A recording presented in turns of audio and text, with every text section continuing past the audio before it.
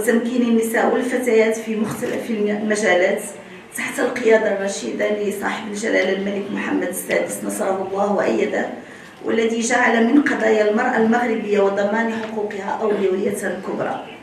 ولقد جاء الخطاب الملكي السامي لعيد العرش المجيد لسنة 2022 ليؤكد على الأهمية الكبرى التي يوليها جلالة الملك محمد السادس نصره الله لتفعيل المساواة بين الجنسين كما كرسها دستور المملكة في فصله 19.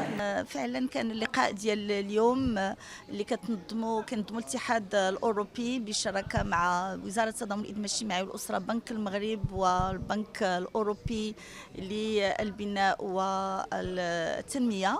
اللي الموضوع ديالو هو حول الرقمنه كرافعه للتمكين الاقتصادي للنساء.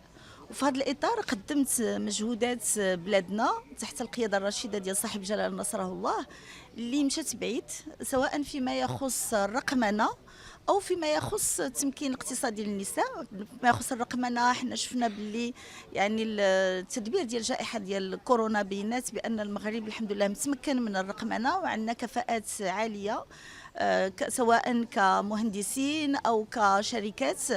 وايضا نقدر نقول بان المغرب هو ايضا رائد في مجال تكوين المهندسات في الرقمنه. فنسبه المهندسات في المغرب يعني حسب واحد الدراسه كانت قامت بها اليونسكو هي اكثر من 42%، وحنا اكثر من الدول الاوروبيه ومن امريكا اللي عندهم تقريبا 20% ديال المهندسات.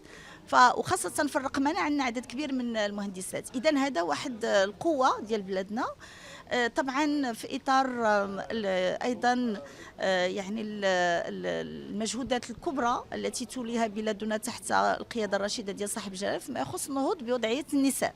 حنا شفنا الخطاب الملكي السامي ديال عيد العرش 2022 حيث خصص جلالته جزء كبير من الخطاب للنهوض بوضعيه المراه.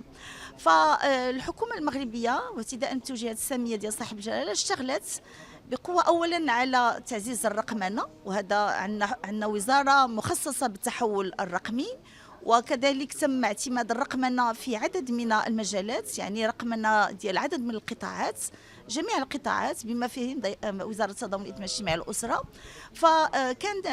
كانت البلورة ديال واحد التصور جديد للمساواة اللي هو الخطة الحكومية الثالثة للمساواة اللي غادي يتم التقديم ديالها يوم 17 مارس في اللجنة الوطنية للمساواة بين الجنسين وتمكين المرأة اللي كان اعتمادها في خلقها في 2022. وهذه الخطة الحكومية للمساواة بين الجنسين فيها واحد الشق مهم سميتو مغرب التمكين والريادة. وهذا البرنامج ديال المغرب التمكين والرياده فيه التمكين الاقتصادي للنساء وكيفاش ممكن نعتمدوا خاصه على الرقمنه لتعميم التمكين الاقتصادي للنساء. ربما باش نختم نعطي واحد المثال يعني دقيق حول اعتماد الرقمنه، فهو برنامج جسر التمكين والرياده ديال وزاره التضامن الإدماج الاجتماعي والاسره اللي اعتمدنا على منصه رقميه لتسجيل النساء في وضعيه هشاشه في جميع جهات المملكه.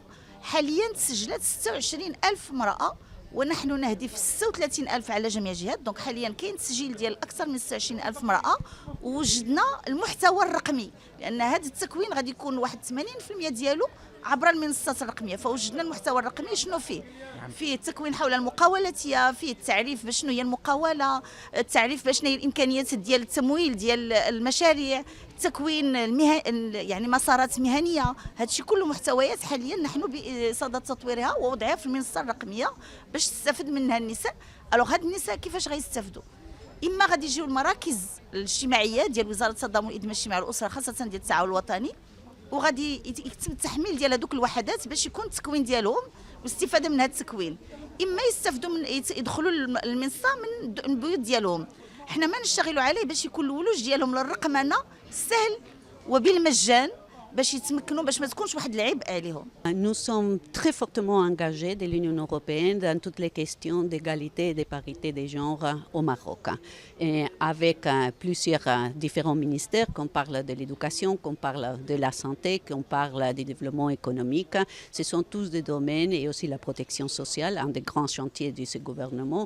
Et la perspective genre est très importante. Ça veut dire qu'on dévoue des ressources spécifiques avec des objectifs spécifiques en matière d'égalité des genres. genre.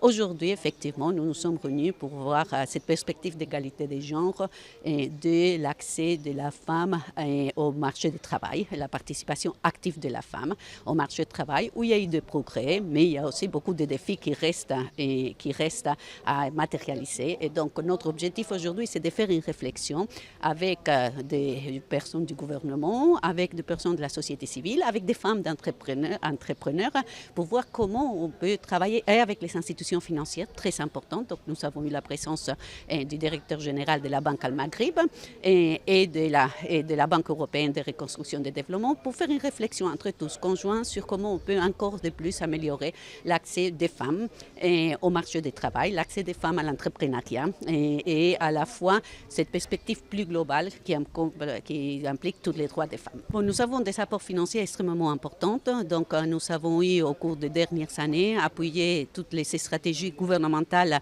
d'égalité et de parité. Et donc, ça représente plus de 70 millions d'euros. Et nous avons encore une convention avec la Banque Al-Maghrib pour l'inclusion financière. C'est l'inclusion financière des jeunes, l'inclusion financière des femmes. Et ça, on parle de 51 millions d'euros. Et nous parlons maintenant d'un nouveau programme qu'on est en train de discuter, d'échanger avec le gouvernement pour l'autonomisation des femmes. Alors là, on doit voir les ressources en fonction des nécessités, en fonction des moyens, mais ça sera un paquet important. Et au-delà de ça, nous accompagnons le gouvernement depuis, avec de l'expertise dans sa définition de ces stratégies différentes qui vont être présentées le 17 mars. Donc nous avons l'année dernière investi plus de 530 millions d'euros au Maroc, dont près de 60% des projets qui avaient une composante qui soutenait l'égalité homme-femme. Mais nous souhaitons faire plus et nous avons lancé donc avec notre partenaire historique, l'Union européenne, un nouveau programme Women in Business de près de 1 milliard de dirhams. Donc, qui constitue donc, d'une ligne de financement qui sera rétrocédée par nos banques marocaines partenaires aux PME féminines, adossée à une garantie de première perte pour venir encourager ces banques à aller sur ce segment qu'elles considèrent encore à tort comme trop risqué. Il y aura également une assistance technique pour les banques pour qu'elles développent des services et des produits qui soient mieux adaptés aux femmes entrepreneurs. Une assistance technique également à la femme entrepreneur pour développer son entreprise sur des sujets de croissance et de mentorat et de networking.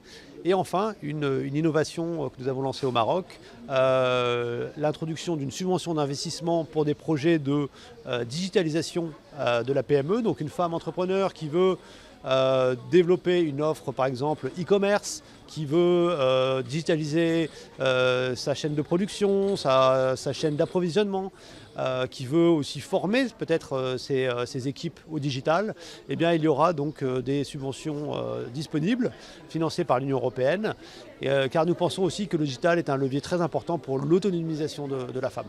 Donc ce programme sera disponible très bientôt dans nos premières banques marocaines partenaires.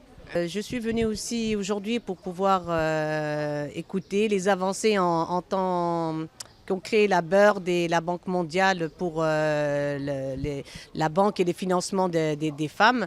Au jour d'aujourd'hui, on parle beaucoup de financement de femmes et on reste beaucoup sur du microcrédit, de la petite somme. Une femme, dès qu'elle commence à vouloir à prétendre au-delà de 10 000 dirhams, ça devient très très compliqué. C'est le problème que moi-même je rencontre aujourd'hui. Je suis venue un petit peu entendre et écouter ce qu'on propose à nous, les femmes qui voulons passer un cran au-dessus, créer une entreprise un peu plus forte et un peu plus développée. Et je vais voir ce que ça donne en écoutant tout le monde. La femme chef d'entreprise au Maroc, elle est en train de gagner sa place parce qu'elle se bat et est une bagarre quotidienne et journalière, mais c'est très compliqué. Pourquoi ? Parce qu'on lui demande plus de crédibilité qu'on en demanderait à un homme. On demande plus de documents qu'on en demanderait à un homme. Aujourd'hui, une femme, pour qu'elle puisse maintenir son projet et rester dedans, il faut qu'elle soit vraiment coriace pour pouvoir y arriver et en tirer un profit plus tard. Mais c'est vrai qu'actuellement, c'est très compliqué pour une femme. Pour la promotion de l'autonomisation des femmes, puisque nous avons des acteurs bancaires